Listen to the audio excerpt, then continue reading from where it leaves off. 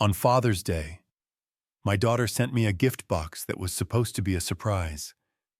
But my wife looked at it and whispered, "Don't open it," I asked. "Why can't you see?" I looked closer in frozen shock. 15 minutes later, the police arrived. You won't believe what was in the box. Before we continue, please subscribe to the channel and let us know where you're listening in the comments. Dad, do you even understand that I need the money now? Not after you die. The coffee cup shattered on the hard wooden floor. Brown liquid spilled onto the Persian rug. Rachel's face flushed, and her manicured fingers still trembled from dropping the cup. I gripped the inheritance documents tighter. 35 years of careful planning, reduced to weapons in my daughter's desperate hands. The papers crinkled under my white knuckles. "Rachel, I'm not an ATM. You'll get your inheritance when the time comes."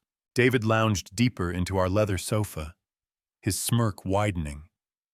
"Come on, Stephen. She's your only daughter. What's a few thousand to help us out? A few thousand." The man had no shame. Last month, it was gambling debts. Before that, Rachel's shopping sprees. The requests never stopped, only grew bolder. "Help you out."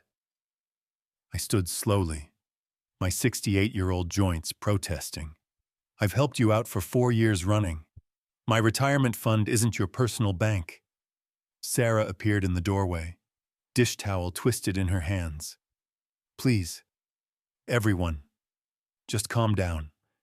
We can talk about this reasonably." Reasonably, Rachel whirled toward her mother. "He's sitting on hundreds of thousands while we're drowning in debt." "Debt you created," I said quietly. "Debt from your choices." The family photo on the mantel faced downward. Had it fallen during Rachel's tantrum, or had someone deliberately turned it? The silver frame reflected the overhead light like a mirror, showing nothing but empty brightness. David shifted forward, elbows on his knees. "Look, old man, you're not getting any younger. Why not enjoy sharing your wealth while you're alive to see it appreciated?" Old man, the disrespect tasted bitter in my mouth. This from someone who'd never held a steady job, who lived off my daughter's credit cards and my occasional generosity. Because I worked 40 years for that money. Each word came out harder than the last. 40 years of 12-hour days, missed dinners, canceled vacations. So you could have a comfortable childhood. Rachel, so your mother and I could retire with dignity. Dignity, Rachel laughed harshly. "What's dignified about hoarding money while your daughter suffers? I looked at her designer handbag, her fresh highlights, her expensive jewelry, David's brand new sneakers. Their suffering looked remarkably comfortable. "Your suffering is self-inflicted." The words escaped before I could stop them. Every crisis, every emergency, every desperate plea for money. You created them all. The silence stretched tight as piano wire. Sarah stepped fully into the room, her face pale. "Stephen," she whispered, "maybe we should..." Should what? Rachel's voice cracked like breaking glass. "Should keep enabling your selfishness. Should keep pretending you're a loving father instead of a greedy miser." The accusations hit like physical blows. Greedy, selfish, unloving. 4 years of sacrifice, and this was my reward. David stood up, his expression shifting to something uglier. "You know what I think. Stephen, I think you enjoy watching us struggle. Makes you feel powerful, doesn't it?" "Get out!" The words came from somewhere deep in my chest. "Both of you, get out of my house. Your house." Rachel's eyes glittered dangerously. "This house that Mom helped to pay for, this house where I grew up. You can't just kick out your own daughter. Watch me." But she wasn't moving. Neither was David. They stood there like predators who'd caught the scent of weakness, waiting for me to back down, waiting for the usual apology, the usual compromise, the usual check written to buy temporary peace. Not this time. I walked to the front door and opened it wide. Cool evening air rushed in, carrying the scent of honeysuckle and the distant sound of neighbors' laughter. Normal families having normal conversations. How long had it been since we'd laughed together? Rachel, I said without turning around. Take your husband and leave. Don't come back until you're ready to have a respectful conversation about your financial problems and your solutions that don't involve my wallet. You'll regret this, she hissed, grabbing her purse. When you're old and sick and need someone to take care of you, remember this moment. Remember how you chose money over family. Her heels clicked across the hardwood like gunshots. David followed, pausing at the threshold. This isn't over, old man, he muttered. Family doesn't abandon family. The door slammed hard enough to rattle the windows. The silence felt heavier than their shouting had. I stood frozen at the front door, my hands still gripping the brass handle. Through the decorative glass panels, I watched Rachel's BMW reverse aggressively out of our driveway, tires spinning on the asphalt. Sarah's soft footsteps approached from behind. Stephen. I turned slowly. The living room looked like a battlefield. Coffee stains darkened the Persian rug we'd bought for our 25th anniversary. Inheritance documents lay scattered across the hardwood floor like fallen leaves. The overturned family photo caught the lamplight, its silver frame winking mockingly. 40 years, I whispered more to myself than to her. What 40 years? I worked overtime shifts during her high school years so she could have new clothes, college textbooks, that car for her 16th birthday. My voice caught the wedding we couldn't afford, but paid for anyway. Sarah picked up the scattered papers, her movements careful and deliberate. She's struggling. Stephen, the gambling problem is her choice. The words came out sharper than I intended. Every casino visit, every online bet, every lie about where the money went. Her choices. I walked to the mantel and righted the family photo. 6-year-old Rachel smiled back at me, gap-toothed and innocent, sitting on my shoulders at the county fair. When had that joyful child become this manipulative stranger, demanding my life savings? Remember when she wanted that dollhouse for Christmas, I asked, touching the glass, the one from the expensive toy store downtown. I worked double shifts for 3 months to afford it. Sarah's silence was answer enough. We both remembered, just like we remembered the ballet lessons, the summer camps, the brand-name shoes because her friends all had them. Every sacrifice made gladly for our daughter's happiness. And now she throws coffee mugs at me because I won't hand over my retirement fund. She didn't throw it at you, Stephen. She threw it at the floor. The distinction felt meaningless. The violence was the same, whether aimed at me or my possessions. The disrespect identical. I bent down and picked up one of the inheritance documents. The legal language blurred as I read it, but I knew every clause by heart. Years of careful planning, conservative investments, delayed gratification. Also, Rachel would be financially secure after we were gone. David's influence, Sarah said quietly. He fills her head with these ideas about what we owe her. David didn't create her greed. He just gave it permission to show itself. The harsh truth hung between us. Our daughter had become someone we barely recognized, and we'd enabled it by always giving in, always writing the check, always smoothing over her latest crisis with our money. My phone buzzed. A text message from an unknown number, but I recognized the writing style immediately. Dad, I hope you're happy. Kids need winter coats and school supplies. But apparently your precious money is more important than your grandchildren. Don't expect to see them anytime soon. Grandchildren, the ultimate weapon in Rachel's arsenal. Olivia and Ethan, 9 and 7 years old.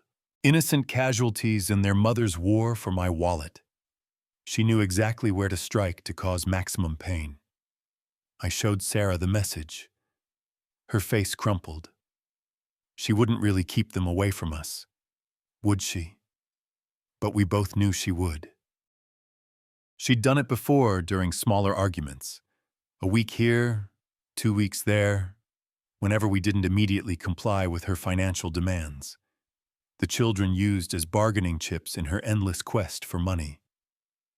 Stephen, maybe we should reconsider. No. The word came out like a gunshot. No more. I won't be held hostage by threats about the grandchildren.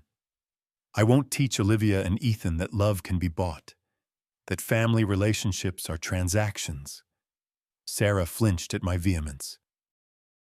In 40 years of marriage, she'd rarely seen me this angry. Even during our worst arguments, I'd never spoken with such cold finality. But something had shifted tonight. Some fundamental understanding about my daughter, about our relationship, about the future I'd imagined for our family. The illusion of loving sacrifice had shattered as completely as that coffee mug. My phone buzzed again. 7 days later, I sat on our front porch with the Sunday paper, trying to find normalcy in the Father's Day morning routine. The coffee had grown cold in my mug, but I held on to it anyway.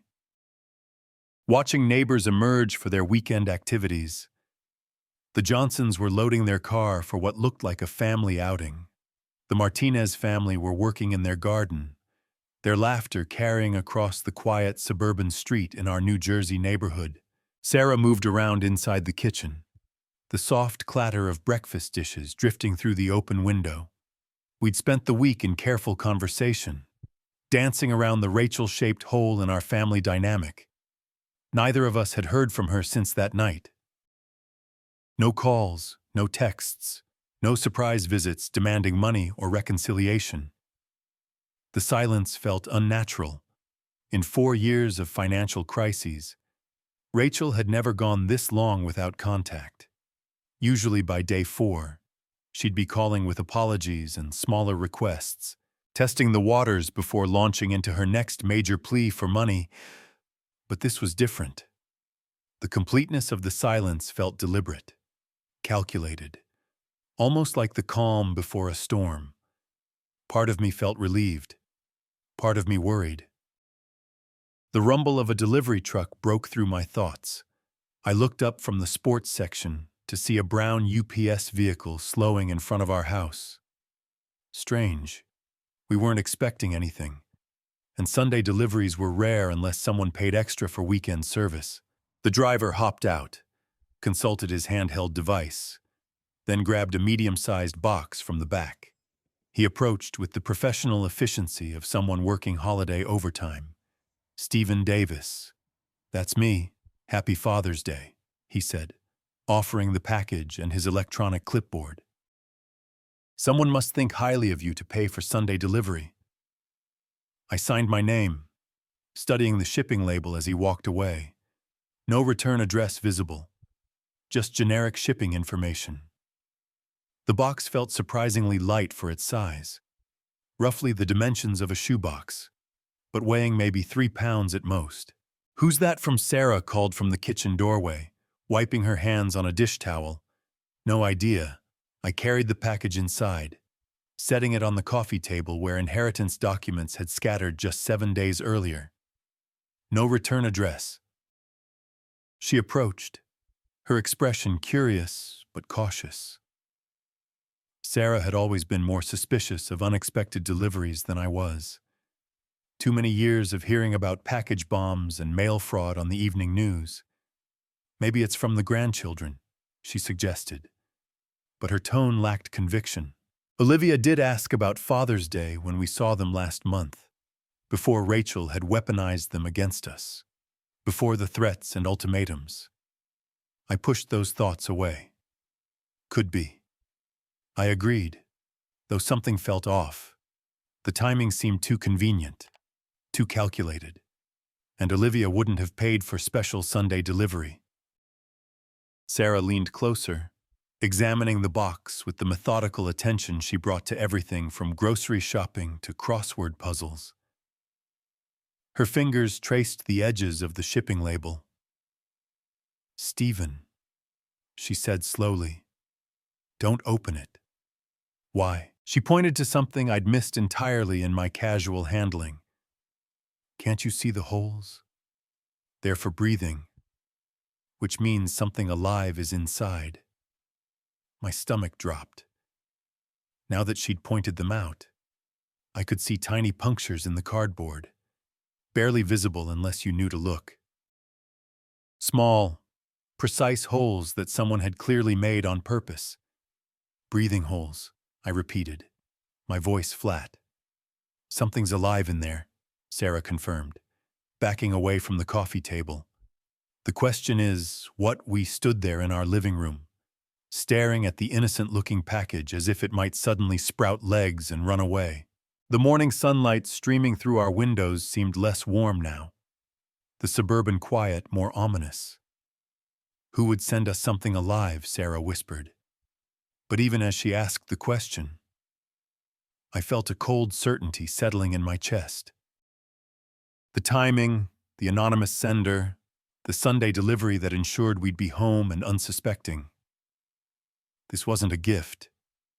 This was something else entirely. From inside the box came the faintest sound, a soft rustling that made us both freeze. The sound stopped as quickly as it had started, leaving us in tense silence. Sarah grabbed my arm, her fingernails digging into my skin through the cotton of my polo shirt. "Did you hear that she breathed?" I nodded, unable to trust my voice. Whatever was in that box was very much alive, and it was waking up. A soft hissing sound emerged from the cardboard, barely audible but unmistakably real. We both froze, staring at the package as if it might explode at any moment. The sound stopped. Silence stretched between us like a held breath. Then it came again. Longer this time, a distinct hiss that sent ice through my veins. Sarah's grip on my arm tightened until her nails bit through the fabric of my shirt. "Stephen," she whispered, her voice barely a breath. "Call someone now." My hands shook as I pulled out my phone, muscle memory taking over while my mind struggled to process what we were facing. The numbers felt foreign under my trembling fingers. 911. "What's your emergency?" "We have a suspicious package here with something alive inside." The words tumbled out faster than I intended. "It was delivered this morning with no return address. And it's making sounds." "Sir, can you describe the sounds you're hearing?" I glanced at Sarah, who nodded encouragingly. The hissing had stopped again, but we both knew it would return. "Hissing," I said, "like..." I couldn't finish the sentence. "Like a snake." The thought felt too dangerous to voice aloud. "Are there any visible threats or damage to the package?" "No visible damage, but there are small holes punched in the cardboard. Breathing holes." My voice cracked on the last words. "Sir, I am dispatching officers to your location immediately. Please maintain a safe distance from the package and do not attempt to open it. Can you move to another room?" "We're about 6 feet away, in our living room. Should we leave the house?" "Stay inside, but keep your distance. Officers should arrive within 15 minutes. Do not touch or move the package under any circumstances." The line went quiet except for the dispatcher's typing. 15 minutes felt like an eternity when something dangerous was sitting on our coffee table, growing more active with each passing moment. "Who could have done this?" Sarah asked once I'd hung up. The question I'd been dreading, The answer felt obvious, but saying it out loud would make it real, would acknowledge that our daughter had crossed a line I'd never imagined possible. I'm afraid to guess, I admitted, but my mind was already there, connecting dots I didn't want to see. The timing on Father's Day wasn't coincidental. The anonymous sender who knew our address, our schedules, our vulnerabilities. Someone angry enough about our recent argument to plan something this elaborate, this cruel. Another sound from the box made us both step backward. Not just hissing this time, but a rustling that suggested movement. Something shifting position inside the confined space. The argument, Sarah said quietly. 7 days ago. She was so angry when she left. She didn't need to say Rachel's name. We were both thinking it, both arriving at the same horrible conclusion through different paths of logic and dread. But this, I gestured at the package. This isn't anger. This is something else. Revenge. The word hung unspoken between us, too ugly to voice but impossible to ignore. Our daughter, the child we'd raised and supported and loved despite her flaws, had sent us something designed to frighten or harm us. The box rustled again, more insistently this time. Whatever was inside was definitely awake now, probably confused by its surroundings, possibly agitated by our voices and movement. What kind of person does this to their own parents? Sarah's voice broke on the question. Someone desperate, I said, though the words felt inadequate. Someone who thinks they've been wronged. But deep down I knew it was more than desperation. This required planning, calculation, a level of malice that spoke to something broken in the relationship between parent and child.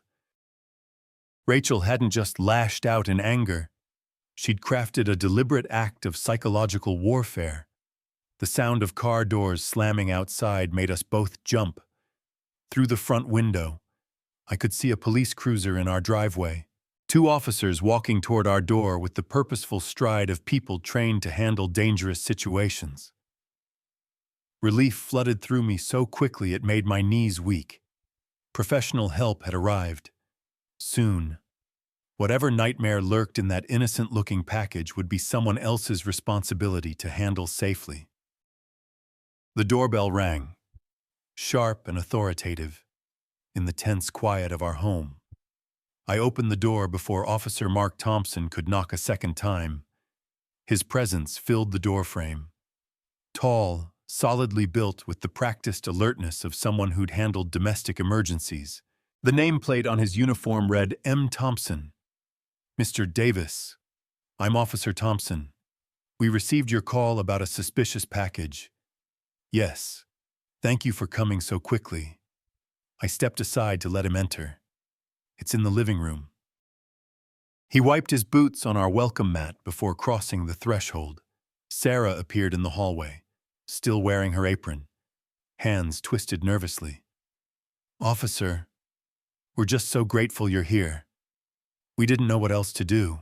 You did exactly the right thing, ma'am. His voice carried calm authority. Can you show me the package? We led him to the living room, where the box sat on our coffee table, looking smaller now that professional help had arrived.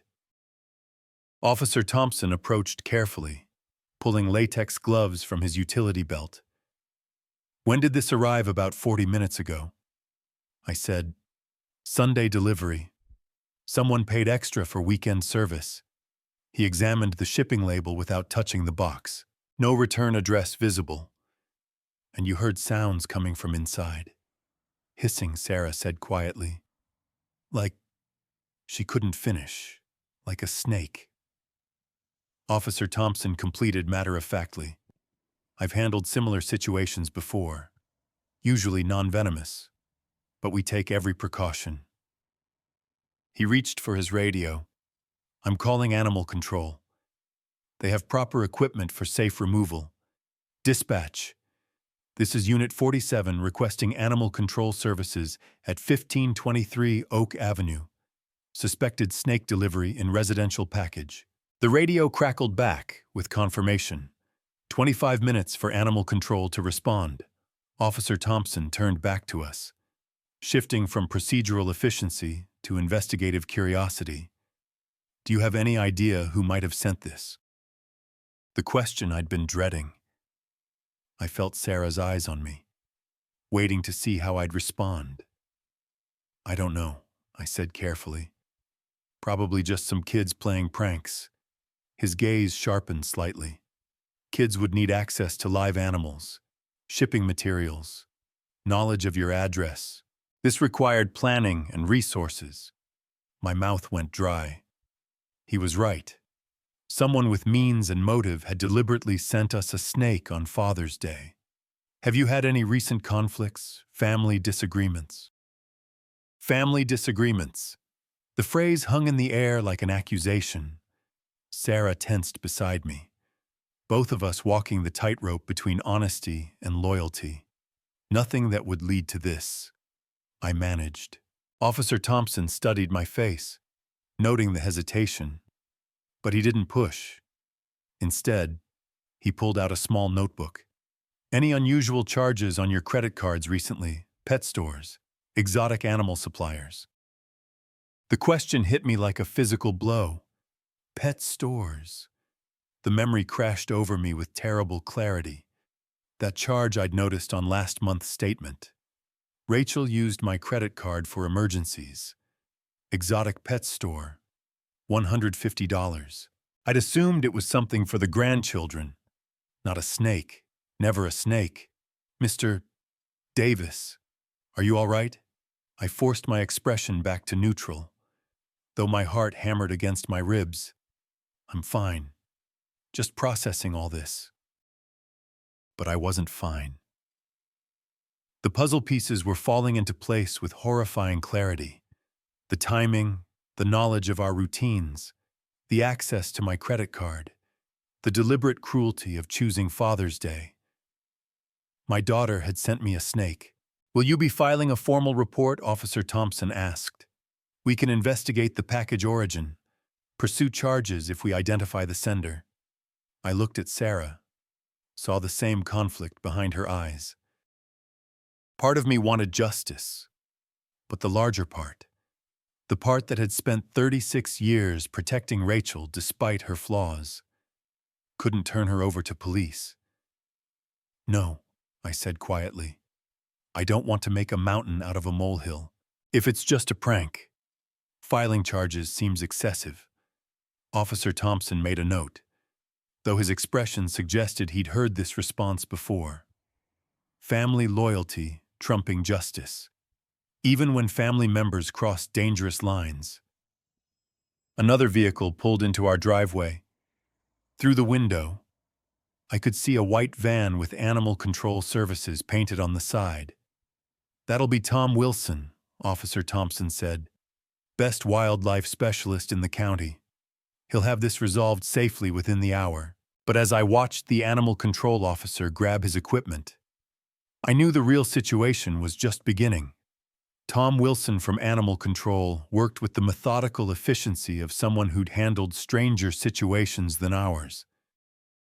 Within 25 minutes, he'd safely extracted a 4-foot corn snake from the shipping box, confirmed it was non-venomous, and loaded it into a secure carrier for transport to a local reptile rescue. Beautiful specimen, he said, securing the carrier in his van. Someone paid good money for this one. Corn snakes make excellent pets when properly cared for. Shame someone used it for whatever this was. Officer Thompson shook hands with both of us before departing. Call if you remember anything else about possible senders. Mr. Davis, even pranks like this can escalate if left unchecked. I nodded, maintaining the facade of cooperation while my mind churned with darker possibilities. Both vehicles disappeared down our quiet suburban street, leaving Sarah and me alone with the morning's aftermath. The living room felt different now, violated somehow. Despite the professional cleanup, the coffee table bore faint water stains where Tom had disinfected the surface. The scattered inheritance documents had been restacked neatly, but their symbolic power had shifted. They were no longer tools of family planning, but evidence of the betrayal that had triggered this morning's events. Sarah busied herself in the kitchen, running water in the sink with unnecessary vigor. Stress cleaning, her standard response to family crises.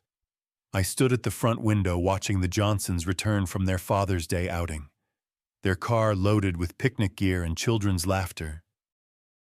Normal families, normal Sunday mornings, normal fathers who didn't receive venomous surprises from their daughters. The credit card charge burned in my memory like a brand.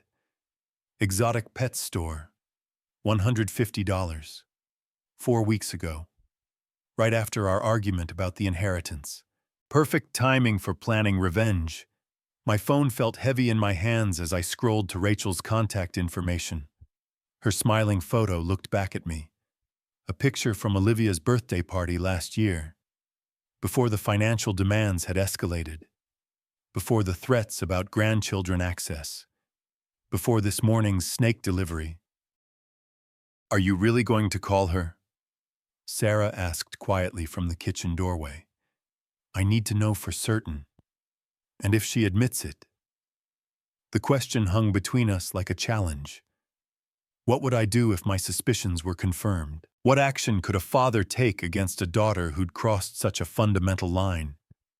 I didn't have an answer yet, but I knew the conversation was necessary. The phone rang twice before she picked up. "Dad." Rachel's voice carried artificial brightness. The tone she used when she wanted something or was hiding something. "How's your Father's Day going?" My grip tightened on the phone. How's my Father's Day going? If she was innocent, the question was natural. If she was guilty, it was cruel mockery. Interesting morning. Actually, Rachel, you wouldn't happen to know anything about a strange Father's Day gift. No, Dad. What happened? Her response came quickly, almost too quickly, but it was what happened next that confirmed my worst suspicions. In the background, unmistakably, I heard David's quiet laughter, not the surprised chuckle of someone hearing unexpected news, but the satisfied snicker of someone who thought they'd gotten away with something clever. The sound hit me like a physical blow. All doubt vanished in that moment of careless amusement. My daughter had sent me a snake, and her husband found it entertaining. "Just some confusion with the delivery," I said, fighting to keep my voice steady. "Nothing important. I should let you go." "Are you sure everything's okay?" "You sound strange." Strange, I was discovering that my only daughter had tried to terrorize me with a live reptile. And she thought I sounded strange. "Everything's fine. Rachel, enjoy your Sunday." I ended the call before she could respond, before my carefully maintained composure could crack completely. The phone trembled in my hands as the full weight of betrayal settled over me.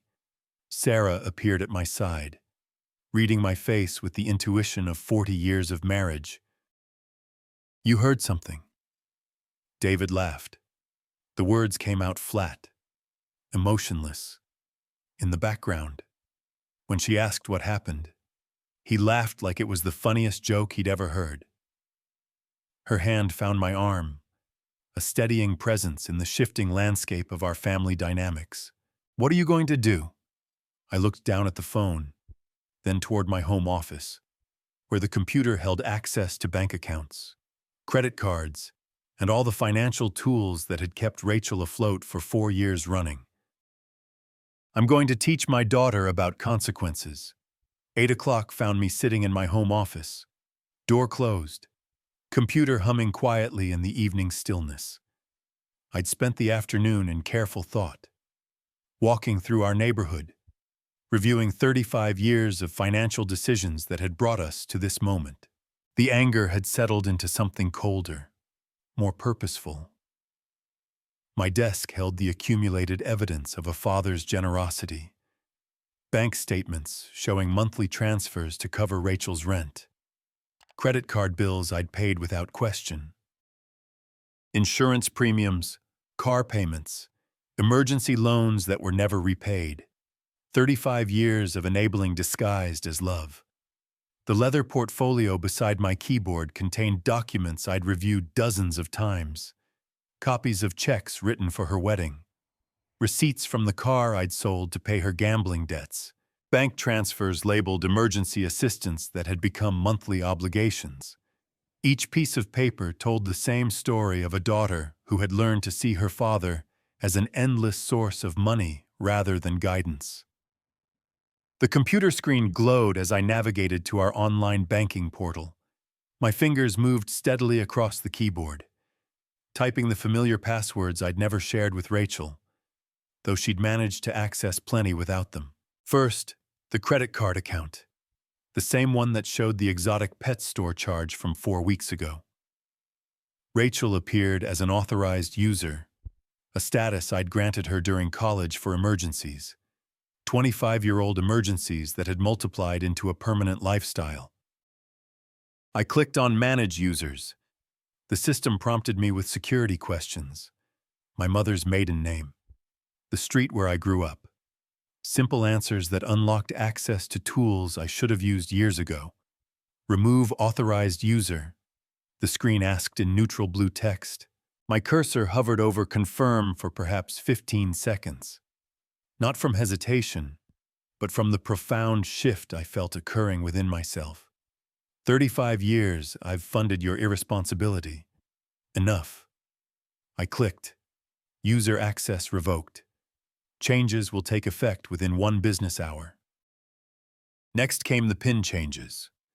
Rachel had somehow learned the numbers, probably watching over my shoulder during one of our many financial rescue missions. I selected new digits. The year Sarah and I were married. Numbers that meant something to our relationship but nothing to our daughter's schemes. The automated payments required more attention. Monthly transfers to her checking account. The recurring payment for her car insurance. A subscription service for her gym membership that she'd convinced me was essential for her mental health. Each cancellation required confirmation. A digital paper trail of my decision to stop being her private bank. My hands remained steady throughout the process. No trembling, no hesitation. This wasn't cruelty. It was overdue accountability. I remembered the conversation last month when she'd called, sobbing about the gambling debts, how she'd promised this was the last time, the final crisis I'd need to solve. I'd believed her, transferred another $6,000, and told Sarah we were helping our daughter learn responsibility. Instead, I'd been teaching her that consequences were optional. The final screen showed a summary of changes. Credit access removed. Automatic payments canceled. PIN codes updated. The work of 35 years of enabling undone in 40 minutes of methodical clicking. Save changes. Outside my office window, the suburban evening continued its peaceful rhythm. The Johnsons were grilling dinner in their backyard. Mrs. Thompson walked her small dog past our mailbox.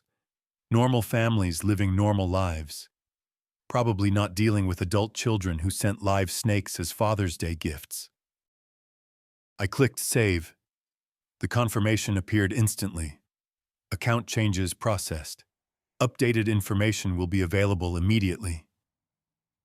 Leaning back in my leather desk chair, I felt something I hadn't experienced in years when it came to Rachel. Control.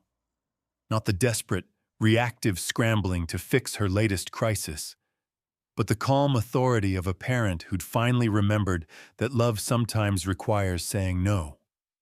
Tomorrow morning, she would discover that her financial safety net had been removed. Her credit card would be declined. Her automatic payments would bounce. Her assumed access to my resources would simply end. For the first time in decades, The consequences of her choices would be entirely her own responsibility. The phone on my desk remained silent, but I knew that wouldn't last long. Morning arrived with unusual peace. I sat at our kitchen table with coffee and the newspaper, watching sunlight filter through Sarah's herb garden on the windowsill. For the first time in years, I felt no anxiety about potential financial emergencies, no dread of manipulative phone calls. Sarah moved quietly around the kitchen, refilling my coffee cup with the comfortable efficiency of 40 years of shared mornings. She'd asked no questions about my evening in the office, but her slight smile suggested she understood perfectly what I'd accomplished. The phone rang at 8:45. Rachel's name appeared on the caller ID, exactly as expected. I let it ring twice more before answering, using those extra seconds to center myself. Good morning. Rachel. Dad, what have you done? My card isn't working. Her voice hit me like a physical assault, shrill with panic. I tried to buy groceries and it was declined. The automatic payment for my car insurance bounced. What is happening? I took a sip of coffee before responding. Rachel, I know you sent me that Father's Day gift. The silence stretched for several heartbeats. When she spoke again, her voice had shifted from panic to defensive fury. You've lost your mind. How could you set me up like this? Set her up. Not what are you talking about? Or what Father's Day gift? The woman who had sent me a snake was now accusing me of setting traps. Her reaction told me everything I needed to know. I didn't do anything, I said calmly. I simply stopped paying for your irresponsibility. This is insane. You can't just cut me off without warning. I have bills, obligations, responsibilities. Responsibilities. I let the word hang between us, like the responsibility to treat your parents with basic respect, like the responsibility to handle your own finances instead of depending on mine. Sarah had stopped her morning routine to watch my face, reading my expressions for signs of stress, but I felt remarkably calm, almost detached from Rachel's hysteria. Dad, please, you don't understand. David and I are struggling right now. The apartment rent is due and my car payment, your car payment that I've been making for 3 years, your apartment rent that comes out of my account every month. Perhaps it's time you understood what actual financial responsibility looks like. Fine. You want to play games? Her voice rose to a pitch that would have concerned me yesterday. Don't expect to see your grandchildren anytime soon. Olivia and Ethan won't even remember you by the time. Rachel, I cut her off with quiet firmness. Those threats stopped working yesterday morning. The phone went silent except for her rapid breathing. I could almost hear her recalibrating, searching for the manipulation tactic that had always worked before. I can't believe you're doing this to me, she whispered, switching to the victim voice that had opened my wallet countless times. I'm your daughter. I'm struggling. And instead of helping me, you're punishing me for something I didn't even do. Something she didn't even do. Still no direct denial, no confusion about what gift I'd referenced. Just the blanket deflection of someone who knew exactly what she'd done and was angry about facing consequences. Your struggle is not my responsibility, I said. Your choices created your situation. Your choices sent that package. Your choices will determine what happens next. You're being ridiculous. One little prank and you completely lose your mind. One little prank. There it was. Not quite a confession, but close enough to confirm what her panicked overreaction had already revealed. She'd sent me a live snake as a little prank, and now expected me to continue funding her lifestyle. A prank involving a dangerous animal isn't little. Rachel, and a father cutting off financial support after 35 years of enabling isn't losing his mind. It's finally finding it. Her voice turned arctic, This isn't over, old man. You think you can control me by controlling money? We'll see about that. The line went dead. I set the phone down gently and looked at Sarah, who had watched the entire conversation with growing admiration. The morning sunlight still streamed through her herbs. The coffee still tasted perfect. "She's coming here," Sarah said quietly. I nodded. "Probably with David. They'll want to continue this conversation in person. Are you ready for that?" I thought about the question seriously. Was I ready for my daughter to arrive at our home with her unemployed husband, demanding access to money she'd never earned, threatening grandchildren she'd already weaponized? "Yes," I said. "I think I am." The sound of a car engine roaring into our driveway shattered the morning calm. Tires squealed against asphalt as the vehicle stopped abruptly, followed by the sharp slam of two car doors. Sarah and I exchanged a glance. We both knew who had arrived. Heavy footsteps marched across our front walkway with determined rhythm. The doorbell rang once, sharp and demanding, then immediately again when no one answered fast enough. I stood slowly, feeling remarkably calm despite the approaching storm. "Stay here," I told Sarah quietly. "No." Her voice carried unexpected strength. "We're in this together." The doorbell gave way to aggressive knocking. I walked to the front entrance and opened it to find Rachel and David standing on our porch like a two-person army ready for battle. Rachel's face was flushed red with anger, her hair disheveled, as if she'd dressed hastily and driven here in fury. David loomed behind her, his expression dark with malice I'd never seen directed at me before. "Dad." Rachel's voice vibrated with barely controlled rage. "We need to talk." "We already talked this morning." I remained in the doorway, not inviting them inside. I thought I was quite clear. "Clear." She laughed harshly. "You were insane. You can't just cut me off because of some ridiculous misunderstanding about a Father's Day package." Even now, standing on my doorstep demanding money, she couldn't bring herself to admit what she'd done. "There's no misunderstanding." "Rachel, you sent me a snake." I responded appropriately. David stepped forward, his bulk filling more of the doorway. "Look, old man, maybe you didn't think this through properly. Rachel has expenses, responsibilities. Kids need things. Kids whose mother threatens to keep them away from their grandparents when she doesn't get money," I replied evenly.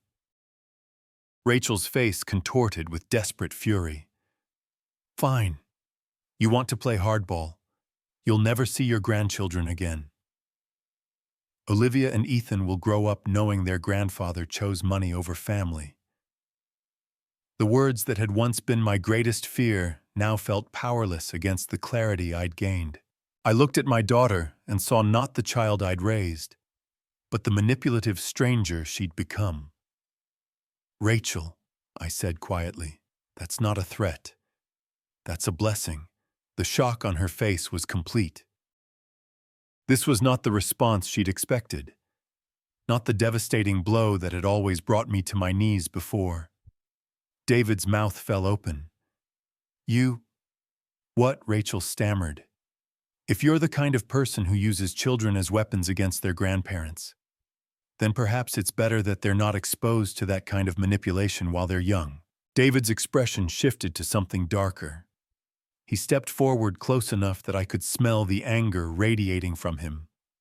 "We know where you live, old man," he said, his voice low and menacing.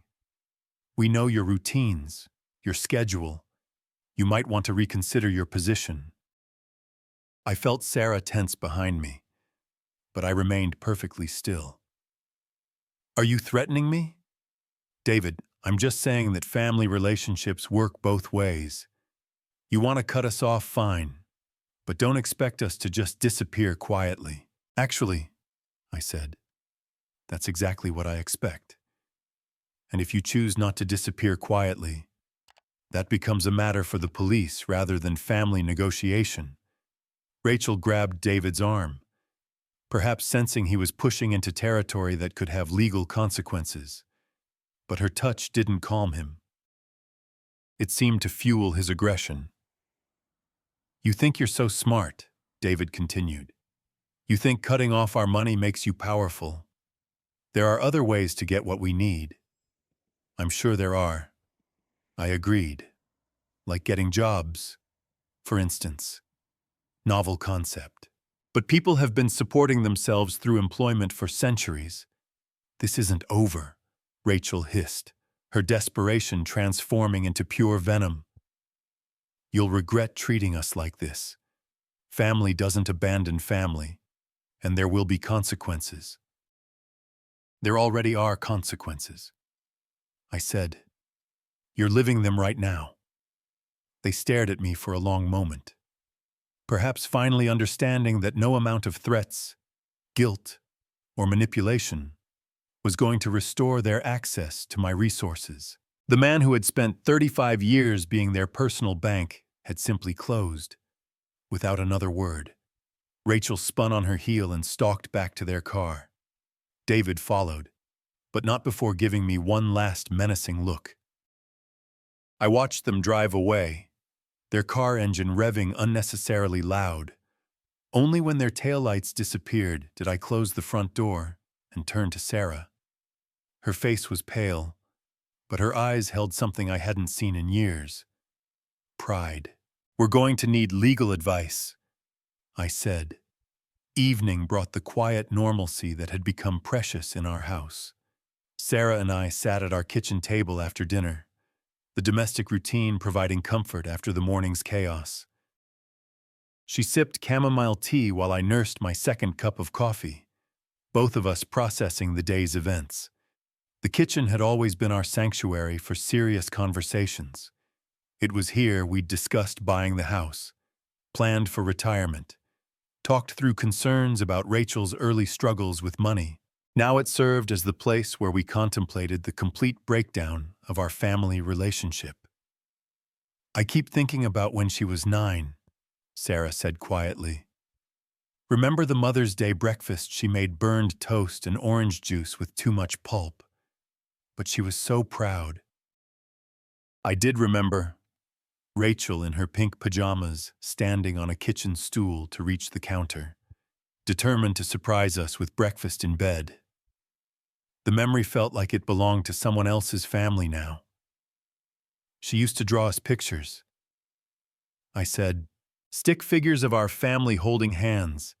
I kept them in my office desk drawer for years. I still have some in that memory box upstairs." Sarah's voice carried maternal grief. "Stephen, she's still our daughter despite everything that's happened today." The words I'd been expecting all day. Sarah's instinct to heal, to find middle ground, to somehow restore what had been broken. It was one of the qualities I'd fallen in love with. This unwavering belief that families could overcome anything. "Sarah," I said gently. She crossed a line. "I have one more step to take." Her teacup paused halfway to her lips. What kind of step? I looked at my wife's face, seeing the concern there, the hope that whatever I was planning might somehow bring our daughter back instead of pushing her further away. How could I explain that bringing her back was no longer the goal? "Something permanent," I said. "Something that ensures this morning's scene never happens again." "You're talking about changing the will." It wasn't a question. Sarah knew me well enough to follow my thought process, to understand that legal protection was the only solution left, among other things. Yes. She was quiet for a long moment, wrestling with the implications. Changing our estate planning would be more than a financial decision. It would be a formal acknowledgement that our daughter was no longer trustworthy. "The grandchildren," she said finally. "Olivia and Ethan. They'll be better off not learning that love can be purchased with money." I reached across the table and took her hand. "Sarah, What she did today wasn't desperation. It was calculated cruelty. The snake, the threats, the manipulation. That's who she's chosen to become. But if we cut her out completely, we protect ourselves from future abuse. We protect our marriage from constantly managing her crises. We protect our retirement from being slowly drained away by someone who sees us as a resource rather than parents. Sarah squeezed my hand, her thumb tracing across my knuckles in the gesture that had comforted me through decades of smaller challenges. This wasn't a smaller challenge, though. This was the end of something fundamental. "Will it stop her?" she asked. "If you change everything legally, will she finally leave us alone? It will remove her incentive for contact.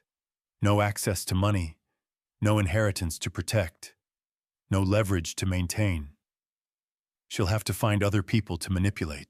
The pragmatism of it felt cold, but necessary. Rachel would move on to easier targets, people who hadn't yet learned to recognize her patterns. "I hate that it's come to this," Sarah whispered. "So do I. But I won't spend our remaining years being held hostage by threats and manipulation. I won't let her destroy what we've built together." Outside our kitchen window, the suburban evening continued its peaceful rhythm. The Johnsons were walking their dog. Mrs. Thompson was watering her garden. Normal people living normal lives. "When will you do it?" Sarah asked. "Tomorrow morning. I'll call Elizabeth Harper first thing. She's handled our legal work for 20 years. She'll know exactly what needs to be done to make it ironclad." Sarah nodded slowly, accepting the inevitable, even as it broke her heart. And if Rachel finds out, she will eventually. But by then the legal protections will be in place. Her anger won't be able to touch us anymore. I stood up from the table, carrying our empty cups to the sink. Behind me, I heard Sarah's quiet sigh. Not disagreement, but grief for the daughter we'd lost. Tomorrow, I would take that final step. Tonight I would hold my wife and let her mourn the family we'd thought we were. Elizabeth Harper's law office occupied the third floor of a granite building downtown, its walls lined with legal volumes that spoke of 20 years protecting families like ours. I sat across from her mahogany desk with a manila folder of documents, feeling calmer than I had in weeks. "Stephen," she said, removing her reading glasses, "when you called this morning, you mentioned needing comprehensive legal protection. Tell me what's been happening." Elizabeth had handled our wills, property transfers, and Sarah's mother's estate. She knew us as the stable couple who planned ahead and paid bills promptly. What I was about to describe would sound like a different family entirely. I explained the inheritance argument, the snake delivery, the blocked credit cards, yesterday's threatening confrontation. Elizabeth listened without interruption, occasionally making notes, her expression growing more serious with each detail. "David said they know where we live, know our routines," I concluded. It felt like a direct threat. She set down her pen and leaned back. "Stephen, this goes beyond a family disagreement. You're describing harassment and intimidation. We need to address this on multiple fronts." "That's what I was hoping you'd say." Elizabeth pulled out a fresh legal pad. "Let's start with your will. You mentioned wanting to restructure your inheritance. I want my money to go to my grandchildren's education, not to my daughter's casino." I said, "That's a wise decision." "Stephen," her voice carried professional warmth, "we can create an educational trust fund that provides for Olivia and Ethan's schooling, college expenses, and legitimate educational needs while preventing any access by their parents." She outlined the framework. An independent trustee would manage the funds, releasing money only for documented educational expenses. Rachel and David would have no access, no control. no ability to manipulate the children's inheritance. What about Sarah? I asked. Fully protected, of course. The house, your retirement accounts, her security. Nothing changes there. This only affects what would have gone to Rachel. Next came the restraining order documentation. Elizabeth opened a new file and began systematically recording yesterday's confrontation, the threatening language, the escalating pattern that had culminated in actual intimidation. The snake incident is particularly concerning, she said, writing quickly. Using live animals to frighten elderly parents shows planning and malice that courts take seriously. How long does this process take? The will modifications can be finalized within the week. The restraining order can be filed today. Once it's granted, any contact from Rachel or David becomes a legal matter rather than a family dispute. I felt something release in my chest, a tension I'd been carrying for months. The weight of being perpetually available for Rachel's crises, of walking on eggshells to avoid triggering her threats, of enabling destructive behavior. All of it was ending. There's one more thing, Elizabeth said. Based on what you've described, I recommend documenting everything for potential future legal action. Keep records of any attempts to contact you, any violations, any attempts to involve the grandchildren. You think it will get worse before it gets better. People who use manipulation and threats don't usually accept boundaries gracefully. When Rachel discovers she's been cut out of your will and served with a restraining order, her reaction may be significant. But that no longer frightened me. With legal protections in place, her anger would be directed at a system designed to handle such behavior, not at two elderly parents trying to enjoy their retirement. Elizabeth's assistant brought in the prepared documents. As I signed my name to each page, I felt the satisfying finality of decisions made and implemented. 35 years of financial enabling was officially ending. Our home would be legally protected from harassment. The restraining orders should be approved by end of business today. Elizabeth said court officers will serve both Rachel and David by tomorrow morning. After that, any contact with you or Sarah becomes a criminal matter. I stood to leave, shaking hands with the woman who had just helped me reclaim control of my own life. Outside her office windows, the city continued its normal rhythm. Steve and Elizabeth called as I reached her door. You've made the right choices. Your family's safety and security come first. I nodded, tucking the folder under my arm. Tomorrow morning, Rachel would discover that manipulation was no longer an option. Tonight, Sarah and I would sleep peacefully, knowing the law was finally on our side. 3 days passed in the most peaceful quiet I'd experienced in years. Sarah and I fell back into the comfortable routines that had been constantly interrupted by Rachel's crises. Morning coffee without dreading phone calls, afternoon walks without checking for missed messages, evening dinners without discussing the latest financial emergency. On Friday afternoon, Elizabeth called to confirm what I'd been anticipating. Stephen. The documents were delivered at 3:15 today. Both Rachel and David have been served with the restraining order, and they've received copies of the will modifications. It's done.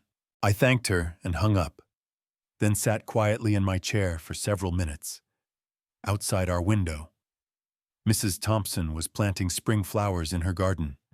The Johnsons' children were riding bicycles on the sidewalk. Normal suburban life, continuing its peaceful rhythm. The papers were delivered, Sarah asked from the kitchen doorway. This afternoon, I confirmed. It's finished. She came and sat beside me, taking my hand in hers. We didn't need to discuss what Rachel's reaction might be, or whether she would try to find ways around the legal barriers Elizabeth had erected. The law was clear, the protections were comprehensive, and for the first time in 35 years, we were truly free from her manipulation. I thought about the daughter I'd raised, the little girl who'd drawn stick figure families and made breakfast in bed on special occasions. That child had grown into someone who sent live snakes to her father and threatened to weaponize his grandchildren against him. The transformation had been gradual enough that I'd spent decades making excuses for increasingly unacceptable behavior.